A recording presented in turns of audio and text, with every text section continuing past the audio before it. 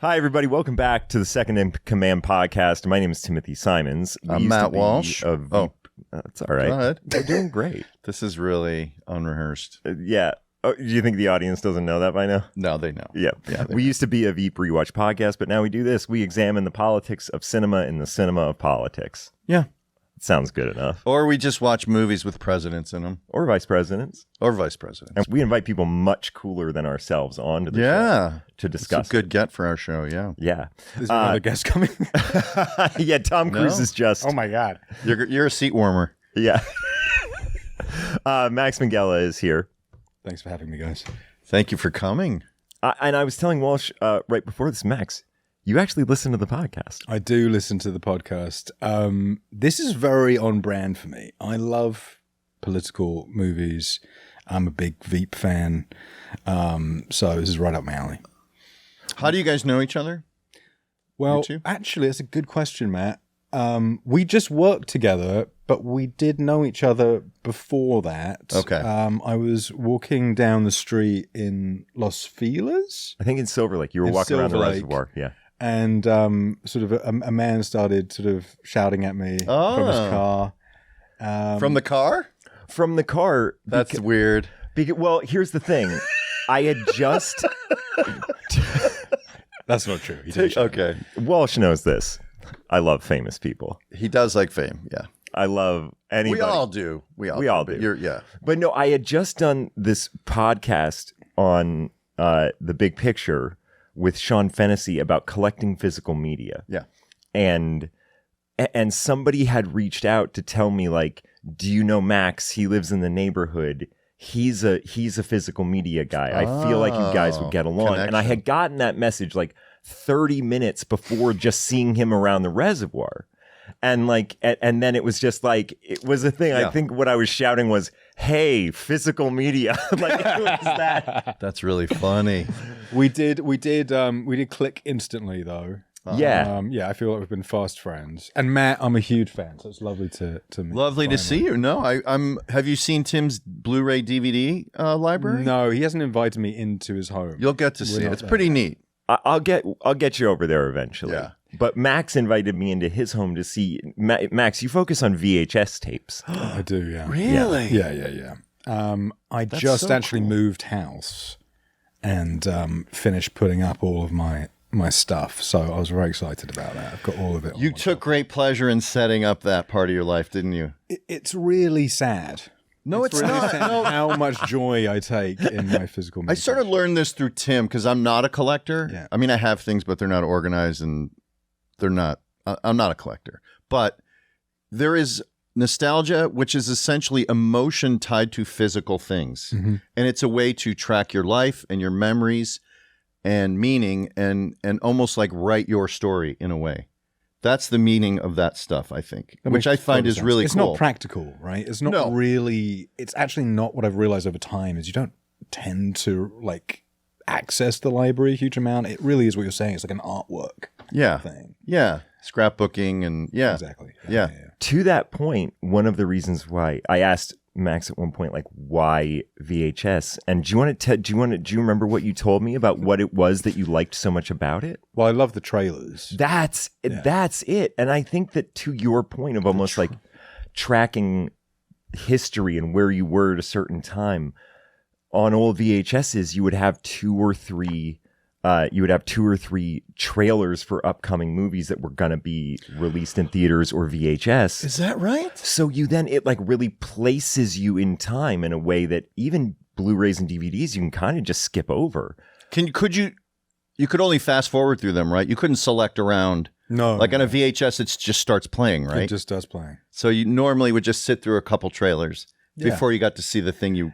And they used to make pretty eccentric trailers. And it often like gets you excited to look for something else. And it's also just a very interesting and rich time in film history. Do you know when the VHS was introduced in the U.S.? I don't know. Do you? 70. I do because I looked it up.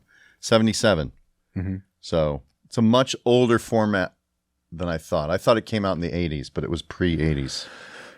So when I was working at the video store when I was in high school, VHSs, this will shock some people, I lost a copy of Biodome, the Pauly Shore. I have that movie. Yeah. Do you have a copy of it? Yeah.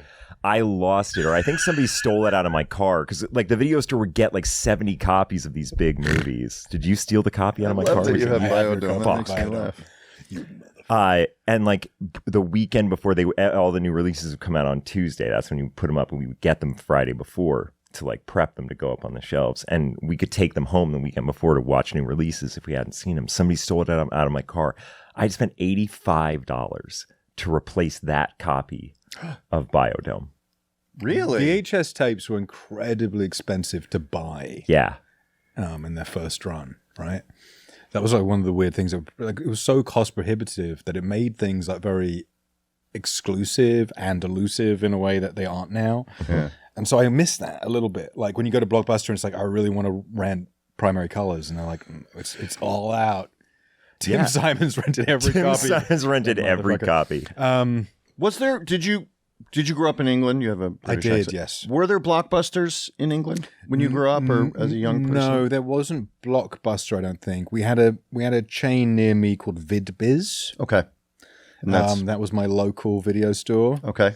But no, we didn't have any kind of glamorous chains like that. No big chain. Okay. I love curious. that. I love that the cultural exchange between our countries leads you to say the glamour of Blockbuster. Yeah, that's not. I love a Blockbuster. I'd be ashamed of Blockbuster. I wouldn't actually. necessarily Yeah. say it was glamorous. Yeah. So much of my personality is based on being a British person, you know, who grew up sort of watching American culture on television. Our garbage and so culture. it does feel still to me like very shiny in a way that British culture doesn't.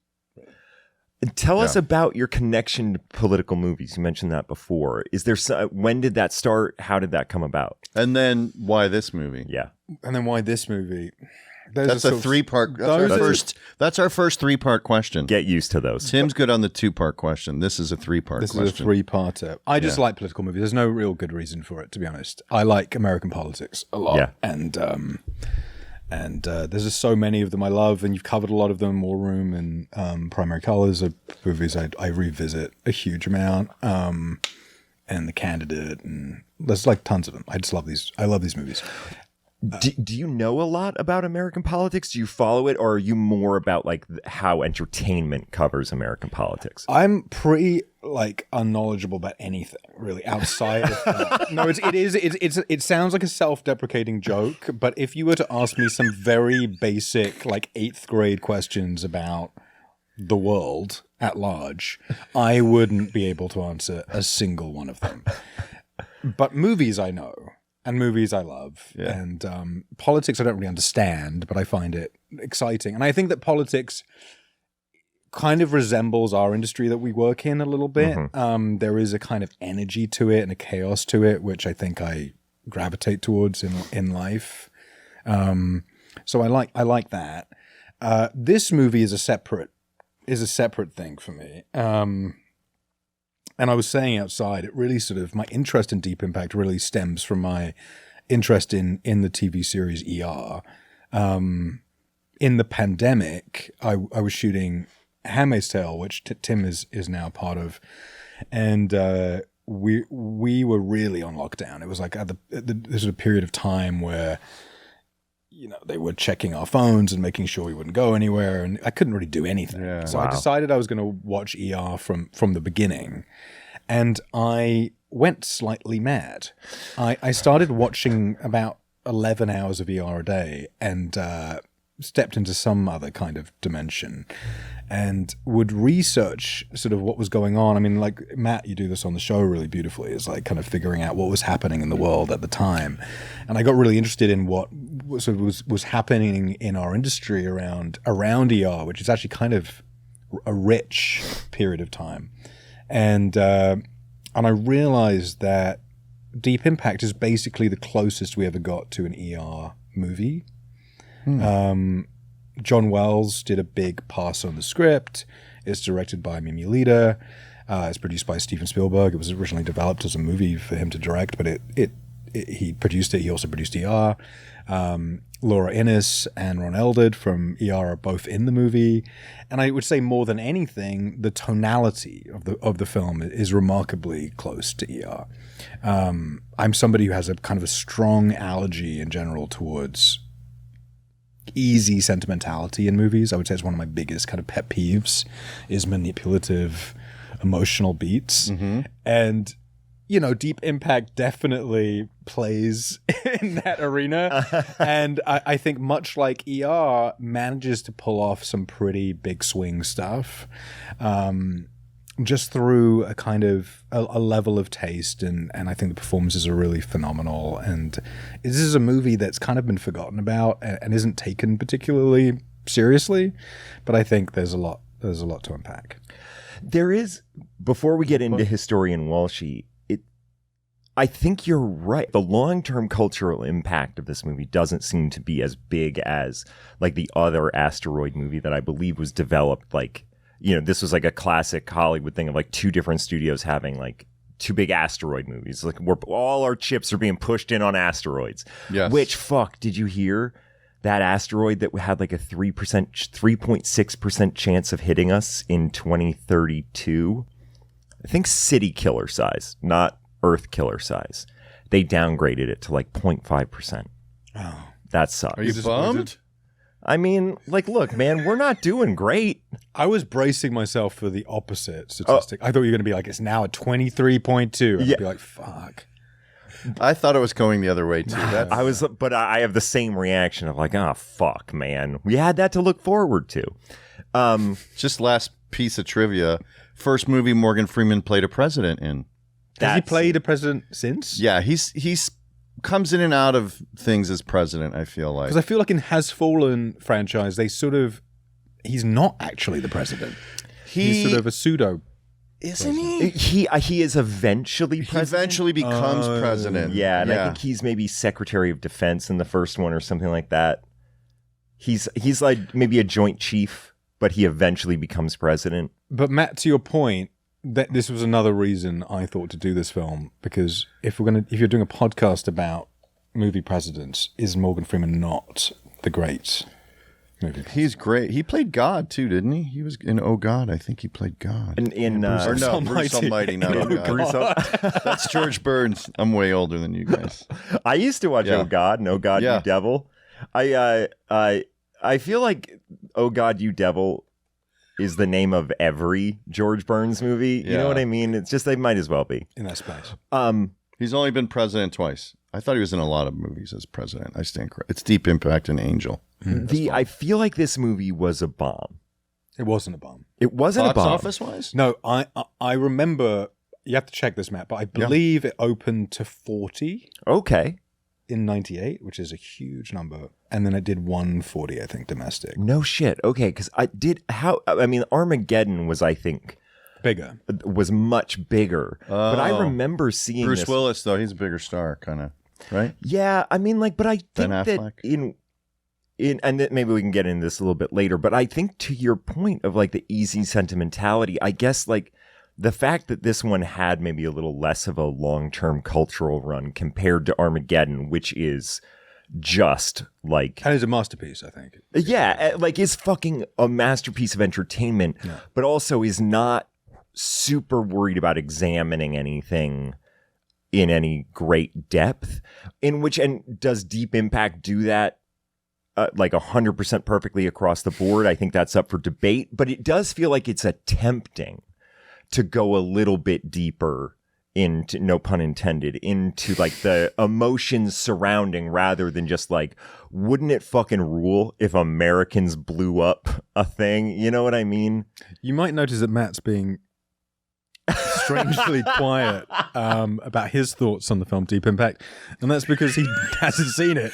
I'm not getting into that's the elephant in the room, Matt. And instead watched Clint Eastwood's Sudden Impact last night. Oh my God. I told, isn't that funny, Aaron? Aaron knows me. I've done this once before. What was the other one I did it to? You watched X3 instead of X2 when you were doing it with Chris Gethard. And I watched X-Men 3, which is not as good as X2.